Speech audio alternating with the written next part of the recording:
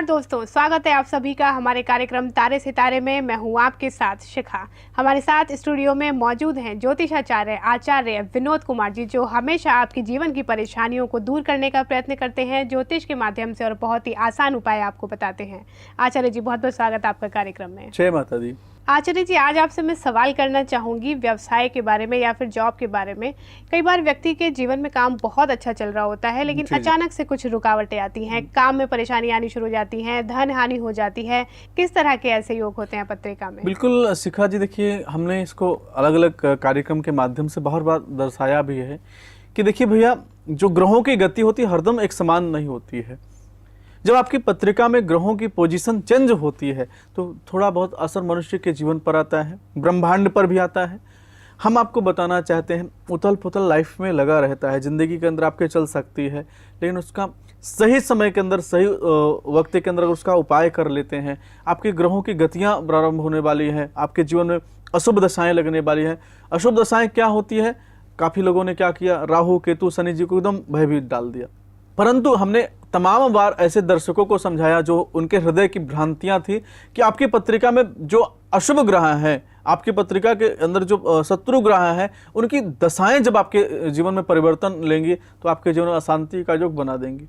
कई बार शनि जी की दशा में व्यक्ति राजा के समान सुख भोगता है, कई बार राहु जी की भी दशा में व्यक्ति राजा का सुख भोगता है, और कई बार केतु जी की दशा के अंदर व्यक्ति के जीवन में अचानक धन प्राप्ति का योग बन जाता है, अचानक सफलताओं का योग बन जाता है।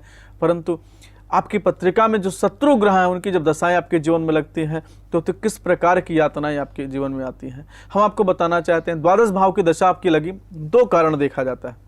द्वादश भाव आपके जीवन में देता क्या है? पहला क्या देगा भैया, जैसे दशा लगेगी आपके जीवन अचानक धन हानि का योग बना देंगे, आपकी नौकरी में रुकावट का योग बना देंगे, आपके व्यापार, तो अच्छा व्यापार चल रहा होता है लेकिन आप फिर उस व्यापार से किराया तक निकालना मुश्किल हो जाता है, नौकरों का सैलरी देना तक मुश्किल हो जाता है, या जो जहां से आपका आदान प्रदान चल रहा है, जिनसे आप सामान लेके अपना व्यापार चला रहे हैं, वहां उनको पैसा देना मुश्किल हो जाता है।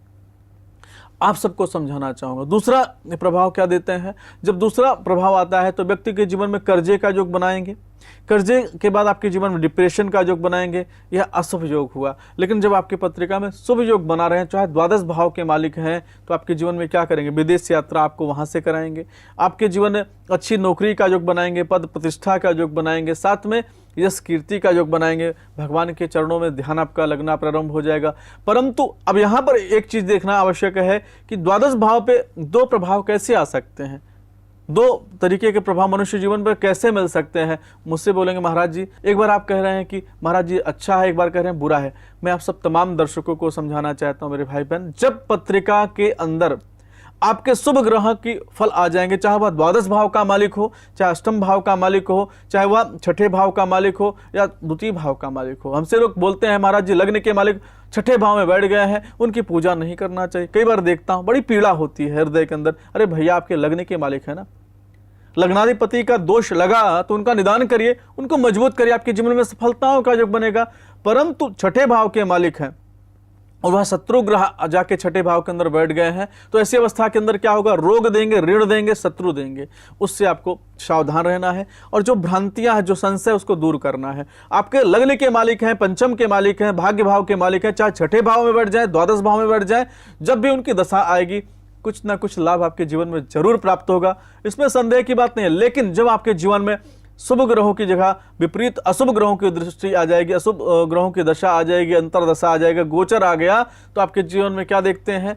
आपका वही व्यापार ठंडा होता चला जाता है। उसी व्यापार पे पहला असर क्या हुआ? किसी की नजर लगे, अरे भैया आपका व्यापार तो बहुत अच्छा चल रहा है, और आप क्या देखते हैं कि धीरे धीरे धीरे धीरे आपका व्यापार बंद हो जाता है या धीरे धीरे बंद होने की कगार पर चला जाता है। किसी ने बोल दिया अरे भैया आपका बच्चा पढ़ाई में बहुत अच्छा है, अचानक क्या होता है? उसको क्या बोलते हैं? अचानक घटनाएं, अचानक अशुभ घटनाएं आपके जीवन में घटना प्रारंभ हो जाएंगी, आपका स्वास्थ्य खराब रहना प्रारंभ हो जाएगा। किसी ने बोल दिया आप तो बड़े सुंदर दिखते हैं, फिर आप देखेंगे कि आपके चेहरे पर निशान आ जाएगा, क्योंकि नकारात्मक चीज़ों का प्रवेश आपके जीवन में, हर समय आपके जीवन में नकारात्मक चीज़ें नहीं आ सकती हैं।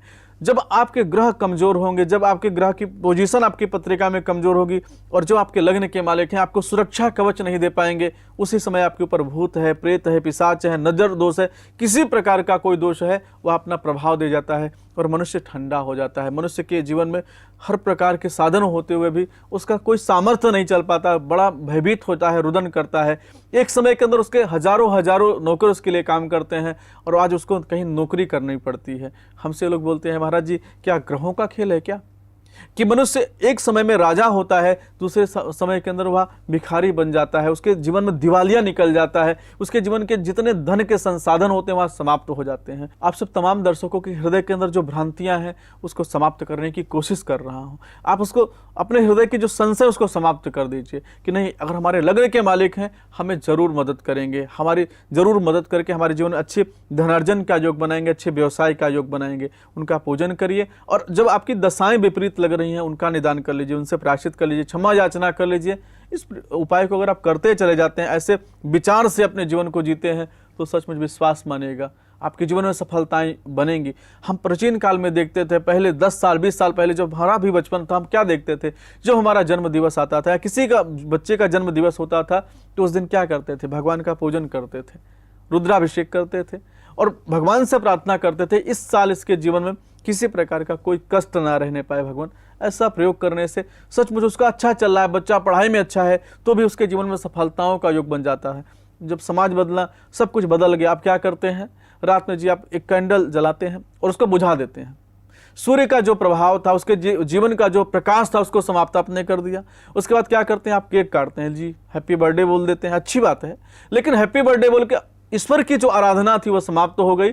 जो दैत्यों की आराधना थी, रात में उनको हम भोजन, अलग अलग प्रकार के व्यंजन की व्यवस्था करते हैं। ये हमारे देवताओं का विचार नहीं मेरे भाई बहन, ये दैत्यों की पद्धति है। हम आपको समझाना चाहते हैं, आप केक काटिए, उससे हमारा कोई विरोध नहीं है, हैप्पी बर्थडे मनाइए, उससे कोई विरोध नहीं है, लेकिन ईश्वर को भी तो थैंक्स बोलिए, भगवान की भी उपासना तो आप लोग करिए, उनके चरणों में जाकर उनका धन्यवाद करिए। आपकी कृपा से हमारे बच्चे की अच्छी आयु निकली, आगे आपकी कृपा इस पर बनी रहे, ऐसी भावना से ईश्वर की आराधना करके देखिए, आपके जीवन में रुकावटें नहीं आएंगी। सच्ची भावना के साथ ईश्वर को पुकार करके देखिए, माता पिता को सम्मान करिए, गौ माता का दान करिए, गौ माता की सेवा करिए, आपके जीवन में आनंद निरंतर बना रहेगा। बड़े से बड़े कष्ट आएंगे, आपका कुछ बिगाड़ नहीं सकते हैं। ऐसा विचार करके देखिए, लाभ जरूर होगा।